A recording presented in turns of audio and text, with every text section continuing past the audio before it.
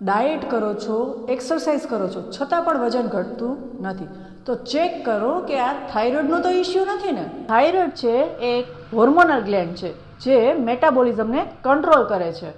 જો thyroid hormone મતલબ કે T3 અને T4નું લેવલ ઘટી જાય છે, એટલે કે હાઇપોથાઇરોઇડિઝમ થાય છે, તો મેટાબોલિઝમ છે ને એ સ્લો થઈ જાય છે.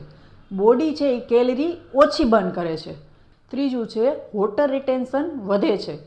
ચોથું છે ફેટ છે એ ઇઝીલી સ્ટોર થાય છે અને વજન વધતું જાય છે અને વજન ઘટાડવામાં પણ મુશ્કેલી થાય છે. થાઇરોઇડમાં કોમન લક્ષણો શું હોય? તો કે વજન વધવા માંડે, વાળ ખરવા લાગે, પીરિયડ્સ ઇરેગ્યુલર આવે, ઠંડી વધારે લાગે. જો આ સિમ્ટમ્સ હોય ને તો થાઇરોઇડનો ટેસ્ટ જરૂરથી કરાવવો.